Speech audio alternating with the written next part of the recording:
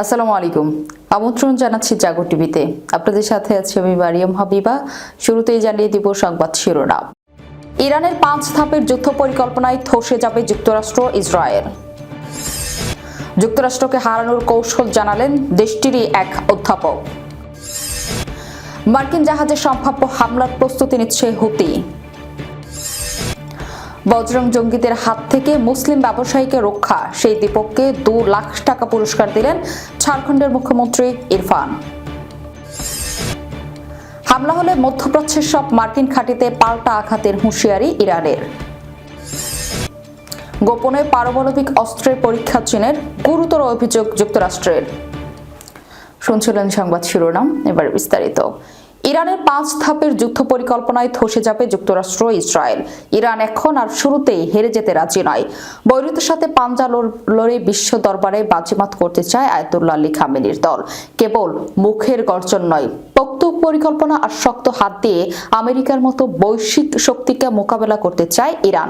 সম্প্রতি ইরানি সংবাদ সংস্থা তাসনিম নিউজ এজেন্সির এক চাঞ্চল্যকর প্রতিবেদন আন্তর্জাতিক মহলে নতুন করে উদ্বেগের জন্ম দিয়েছে, যেখানে বলা হয়েছে বিশ্বের সবচেয়ে শক্তিশালী সামরিক শক্তির অধিকারী যুক্তরাষ্ট্রের বিরুদ্ধে যুদ্ধ জয় করার জন্য সুদূরপ্রসারী ও বিধ্বংসী পরিকল্পনা তৈরি করেছে তেহরান। এই পরিকল্পনার মূলে রয়েছে 5টি সুনির্দিষ্ট ধাপ। ইরান কেবল মার্কিন সামরিক ঘাঁটিগুলোকেই লক্ষ্যবস্তু করবে না, বরং বৈশ্বিক অর্থনীতিকে স্থবির করে দেওয়ার সক্ষমতা রাখে বলে দাবি করছে ইসলামিক রেভলিউশনারি গার্ড কোর। প্রথম ধাপ প্রাথমিক ধাক্কা সামলানো। ইরানের এই রণকৌশলের প্রথম ধাপে কল্পনা করা হয়েছে আমেরিকার সম্ভাব্য বিমান হামলাকে। তেহরান মনে করে যুদ্ধ শুরু হলে ওয়াশিংটন প্রথমেই তাদের পারমাণবিক কেন্দ্র এবং সামরিক স্থাপনাগুলোতে অতর্কিত হামলা চালাবে। তবে ইরান এই ধাক্কা সামলানোর জন্য বছরের পর বছর ধরে তাদের গুরুত্বপূর্ণ অস্ত্রশস্ত্র মাটির গভীরে ছড়িয়ে ছিটিয়ে রেখেছে। তাদের দাবি, মার্কিন প্রযুক্তি উন্নত হলেও মধ্যপ্রাচ্যের ভৌগোলিক সুবিধা ব্যবহার করে তারা এই প্রাথমিক বিপর্যয় কাটিয়ে উঠবে। দ্বিতীয় ধাপ বিধ্বংসী পাল্টা আক্রমণ। এই কৌশলের দ্বিতীয় ধাপে রয়েছে ভয়াবহ পাল্টা আক্রমণের পরিকল্পনা। ইরান কেবল নিজের সীমান্ত রক্ষা করবে না, বরং তাদের মিত্র দেশগুলোর মাধ্যমে পুরো অঞ্চলের রণক্ষেত্রে পরিণত করবে। ইরাক, সিরিয়া, কাতার এবং কুয়েতের মার্কিন ঘাঁটিগুলোতে শত শত ব্যালিস্টিক মিসাইল এবং ড্রোন দিয়ে হামলা চালানোর ছক কষা হয়েছে। তারা মনে করে বিপুল পরিমাণ ক্ষেপণাস্ত্র ছুড়ে আমেরিকার আকাশ প্রতিরক্ষা ব্যবস্থাকে অকেজো করে দেওয়া সম্ভব হবে। তৃতীয় ধাপ বহুমুখী ফ্রন্ট গঠন। যুদ্ধের এই বিস্তৃতি কেবল স্থলে সীমাবদ্ধ থাকবে না। লেবাননের এবং ইয়েমেনের বিদ্রোহীদের সক্রিয় করে ইসরায়েল সহ লোহিত সাগরের মার্কিন স্বার্থগুলোতে আঘাত হানার পরিকল্পনা রয়েছে তেহরানের। এটি হবে একটি বহুমুখী ফ্রন্ট যা আমেরিকার সামরিক শক্তিকে বিভিন্ন স্থানে ছড়িয়ে দিতে বাধ্য করবে। চতুর্থ ধাপ সাইবার যুদ্ধ। এর পাশাপাশি সাইবার যুদ্ধকেও ইরান একটি বড় অস্ত্র হিসেবে দেখছে। মার্কিন পরিবহন ব্যবস্থা, জ্বালানি অবকাঠামো এবং আর্থিক খাতে বড় ধরনের সাইবার হামলা চালিয়ে দেশটিতে বিশৃঙ্খলা সৃষ্টির লক্ষ্য স্থির করেছে তারা। ইরানের কৌশলবিদরা মনে করেন সাইবার আক্রমণের মাধ্যমে সাধারণ মার্কিন জনগণের মধ্যে যুদ্ধের বিরুদ্ধে জনমত তৈরি করা সম্ভব। পঞ্চম ধাপ হরমুজ প্রণালী ও অর্থনৈতিক ধাক্কা। এই পুরো পরিকল্পনার সবচেয়ে বিধ্বংসী অংশটি হলো হরমুজ প্রণালী বন্ধ করে দেওয়া। বিশ্বের মোট তেলের 1/5 এই সরু পথ দিয়ে পরিবাহিত হয়। ইরান হুমকি দিয়েছে যে যুদ্ধ শুরু হলে তারা এই জলপথ মাইল পেতে বা ট্যাঙ্কার লক্ষ্য করে হামলা চালিয়ে বন্ধ করে দেবে। এর ফলে বিশ্ববাজারের তেলের দাম ব্যারেল প্রতি $200 ছাড়িয়ে যেতে পারে, যা গোটা বিশ্বের অর্থনীতিকে এক গভীর সংকটে ফেলবে। তেহরান বিশ্বাস করে তেলের উচ্চ মূল্য এবং অর্থনৈতিক মন্দা পশ্চিমা দেশগুলোকে পিছু হটতে বাধ্য করবে। শেষ পর্যন্ত ইরান মনে করে দীর্ঘমেয়াদী এবং ব্যয়বহুল যুদ্ধে আমেরিকার অনাগ্রহী হবে তাদের জয়ের চাবিকাঠি। আফগানিস্তান ও ইরাক যুদ্ধের তিক্ত অভিজ্ঞতার পর ওয়াশিংটন আরেকটি রক্তক্ষয়ী এবং অন্তহীন সংঘাত ছড়াতে চাইবে না। মূলত এটি কোনো সামরিক বিজয় নয়, বরং আমেরিকাকে এমন এক পরিস্থিতিতে ফেলা যেখানে যুদ্ধ চালিয়ে যাওয়া হবে অসম্ভব। যুক্তরাষ্ট্রকে রুখে দেওয়ার সময় এখনই। একটি দেশ যার নেতা আন্তর্জাতিক নীতি লঙ্ঘনের সীমা ছাড়িয়ে যাচ্ছে আর বিশ্বের চোখ যেন অন্ধ। ওয়াশিংটন ডিসির আমেরিকার ইউনিভার্সিটি অধ্যাপক ডোনাল্ড আর কাউন্সিলের মতে ট্রাম্পের নীতিতে মার্কিন যুক্তরাষ্ট্র এমন এক পর্যায়ে পৌঁছেছে যেখানে শান্তি আলোচনা শুধু কথার খেলা, বাস্তবতা একেবারেই ভিন্ন। গত 1 বছরে যুক্তরাষ্ট্রের আচরণ শুধু বৈশ্বিক উত্তেজনা সৃষ্টি করেনি, বরং একটি আন্তর্জাতিক অঙ্গনে অস্থিরতার আগুন ছড়িয়ে দিয়েছে। ইউক্রেন রাশিয়া রাশিয়া যুদ্ধ নিয়ে লোক দেখানো নাটক, গাজায় ইসরায়েলি আগ্রাসনের পেছনে ছদ্ম সমর্থন, আর মেক্সিকো, গ্রিনল্যান্ড ও ইরান হুমকি, ভেনেজুয়েলায় রাষ্ট্রপতিকে অপহরণ সবই প্রমাণ করছে ডোনাল্ড ট্রাম্পের একের পর এক পদক্ষেপ বিশ্বের নিরাপত্তার জন্য কতটা বিপজ্জনক। অভ্যন্তরীণভাবে পরিস্থিতি ভয়ঙ্কর। 2026 সালের শুরু থেকে মার্কিন অভিবাসন ও শুল্ক এনফোর্সমেন্ট কর্মকর্তাদের গুলিতে অন্তত 3 জন মার্কিন নাগরিক নিহত হয়েছেন, যাদের মধ্যে ক্যালিফোর্নিয়ার 43 বছর বয়সী কিথ পোর্টের জুনিয়র এবং মিনেসোটার রেনি নিকোল গোট ও অ্যালেক্স পেট্রিয়ট রয়েছেন। এই পরিস্থিতিতে অধ্যাপক কলিনসন স্মরণ করিয়ে দেন মার্কিন লুথার কিং জুনিয়রের অহিংস আন্দোলনের শিক্ষা। তিনি বলেন, আন্তর্জাতিক সম্প্রদায়ের সম্মিলিত বয়কট, বিনিয়োগ প্রত্যাহার এবং অর্থনৈতিক চাপই এখন সময়ের দাবি। একক প্রতিবাদ আর বিক্ষোভ যথেষ্ট নয়। বিশ্বকে দেখাতে হবে যে সামরিক আগ্রাসন ও বর্ণবাদী নীতি গ্রহণযোগ্য নয়। 2026 সালের আসন্ন ফিফা বিশ্বকাপ বর্জন, আমাজন, গুগল, পালন্টিয়ারের মতো প্রযুক্তি কোম্পানি থেকে বিনিয়োগ প্রত্যাহার আর মার্কিন গণমাধ্যমের একচেটি আধিপত্যের বিরুদ্ধে পদক্ষেপ, এই সমন্বিত আন্দোলন হতে পারে শান্তিপূর্ণ কিন্তু শক্তিশালী প্রতিরোধের হাতিয়ার। ভবিষ্যতের বড় event Los Angeles Olympic, Coachella, Met Gala বর্জন করার মাধ্যমে বিশ্ববাসীকে দেখাতে হবে যে ন্যায় বিচারের পথে ধৈর্যই যথেষ্ট নয়। এখন প্রয়োজন কৌশল, একতা এবং কার্যকর পদক্ষেপ, যা আমেরিকার এই সামরিক পাত ও বর্ণবাদী নীতির বিরুদ্ধে বিশ্ববাসী যা ঐক্য তার প্রমাণ দিতে পারে। ডক্টর কার্লেন্স বলেন, উচ্চকণ্ঠ প্রতিবাদ নয়, রাজনৈতিক ও অর্থনৈতিক ক্ষমতায় পরিবর্তনই পৃথিবীতে ন্যায় বিচার নিশ্চিত করতে পারে। এখন সময় এসেছে বিশ্ব ঐক্যবদ্ধ হওয়ার, এমন এক আন্দোলন গড়ে তোলার যা মার্কিন সামরিক ও অর্থনৈতিক আগ্রাসনকে মাথা নত করতে বাধ্য করবে। যুক্তরাষ্ট্রের জাহাজের সম্ভাব্য হামলার প্রস্তুতি হিসেবে ইয়েমেনের হুতি বিদ্রোহীরা ক্ষেপণাস্ত্র ও ড্রোনের গোদাম স্থানান্তর করেছে বলে খবর প্রকাশ করেছে ইসরায়েলি কান নিউজ। প্রতিবেদন অনুসারে হুতিদের এমন পদক্ষেপের পর গত মে মাস থেকে অঞ্চলটিতে যে ভঙ্গুর শান্ত অবস্থায় বজায় ছিল তা নিয়ে নতুন করে উদ্বেগ দেখা দিয়েছে। হুতিদের বিরুদ্ধে লড়াইরত একটি গোষ্ঠীর এক সূত্র মার্কিন প্রশাসনকে জানিয়েছে, লোহিত সাগর ও আরব সাগরে মার্কিন জাহাজগুলোর উপর পুনরায় হামলা চালানোর জন্য হুতিরা কার্যকরভাবে প্রস্তুতি নিচ্ছে। খবর আল জাজিরার। ইরানের উপর সম্ভাব্য হামলার প্রস্তুতি হিসেবে যুক্তরাষ্ট্র আরব সাগরে একটি বিমানবাহী রণতরী এবং অতিরিক্ত যুদ্ধজাহাজ মোতায়েনের সিদ্ধান্ত নেওয়ার পরই এ তথ্য সামনে এলো। এর আগে জানা যায়, অবস্থান পরিবর্তন করে মার্কিন নৌবাহিনীর আব্রাহাম লিঙ্কন ক্যারিয়ার স্ট্রাইক গ্রুপকে দক্ষিণ ইয়েমেনের জলসীমায় নেওয়া হয়েছে। সংশ্লিষ্ট একটি সামরিক গোয়েন্দা সূত্রের বরাত দিয়ে এই খবর জানিয়েছে ইরান ভিত্তিক সংবাদ সংস্থা WANA।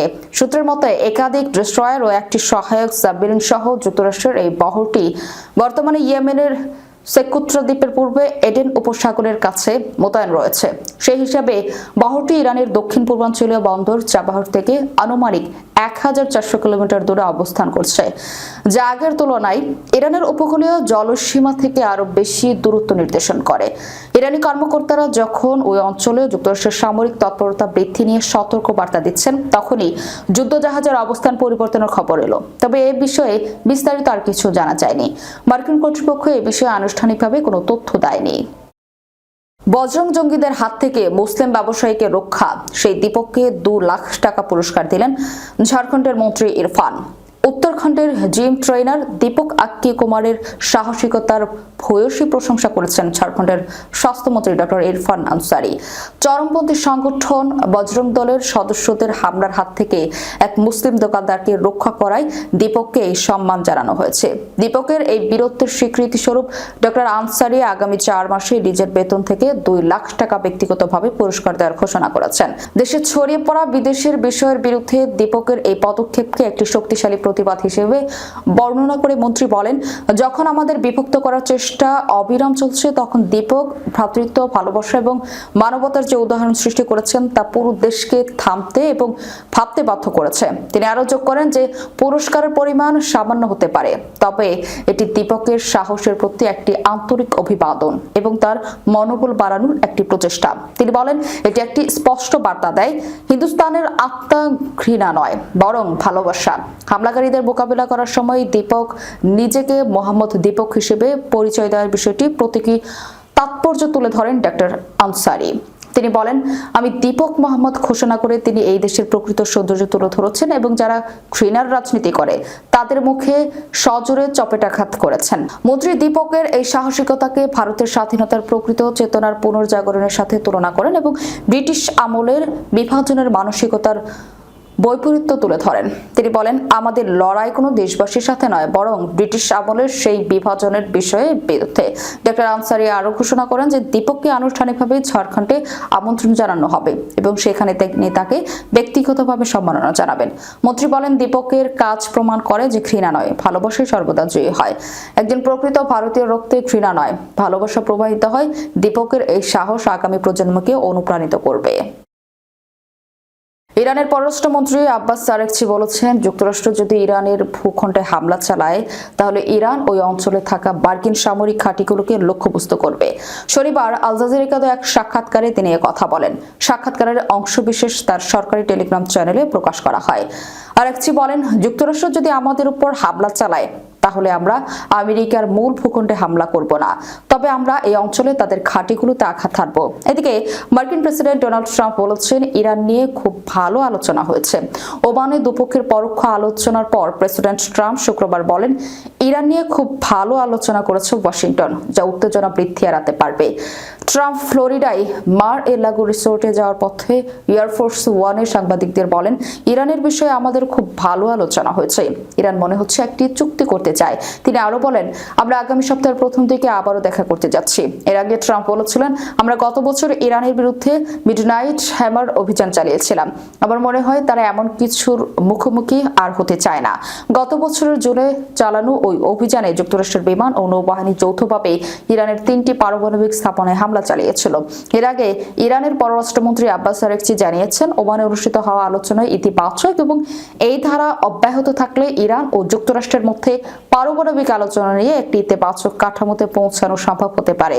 সাংবাদিকদের সঙ্গে কথা বলতে গিয়ে আরাগচি বলেন, যদি আমরা এই ইতিবাচক পথে এগোতে পারি তাহলে আমি বলতে পারি যে ইরান ও যুক্তরাষ্ট্রের পারমাণবিক আলোচনার বিষয়ে একটি ইতিবাচক কাঠামোতে পৌঁছানো সম্ভব।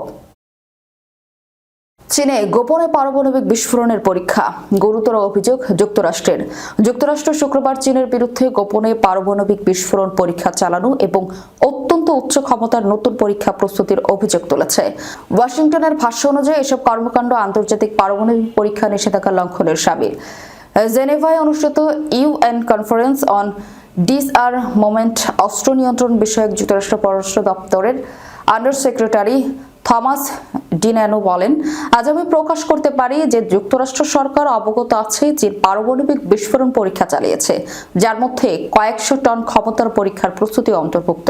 তিনি বলেন, 2020 সালের 22 জুন চীন এমনই একটি ক্ষমতাসম্পন্ন পারমাণবিক পরীক্ষা চালায়। এর আগে গত বছরের শেষ দিকে মার্কিন প্রেসিডেন্ট ডোনাল্ড ট্রাম্প একই ধরনের অভিযোগের ইঙ্গিত দিয়েছিলেন, তবে তখন এত বিস্তারিত তথ্য দেননি। ট্রাম্প 31 অক্টোবর বলেন, ওয়াশিংটন মস্কো ও বেইজিং এর সঙ্গে সমান ভিত্তিতে পারমাণবিক অস্ত্র পরীক্ষা শুরু করবে। তবে তিনি কি ধরনের পরীক্ষা পুনরায় চালুর কথা বলছেন সে বিষয়ে ব্যাখ্যা দেননি। শুক্রবার ডিন্যানো বলেন, চীনের পিপলস লিবারেশন আর্মি পরীক্ষাগুলো গোপন রাখতে পারমাণবিক বিস্ফোরণ আড়াল করার চেষ্টা করছে, কারণ তারা জানতো এসব পরীক্ষা নিষেধাজ্ঞা সংক্রান্ত অঙ্গীকার লঙ্ঘন করে। তিনি অভিযোগ করেন, চীন ডিকাপলিং নামে পরিচিত একটি পদ্ধতি ব্যবহার করেছে, যার মাধ্যমে ভূকম্পন পর্যবেক্ষণের কার্যকারিতা কমানো হয় এবং এভাবে বিশ্ব থেকে তাদের কার্যক্রম গোপন রাখার চেষ্টা করেছে।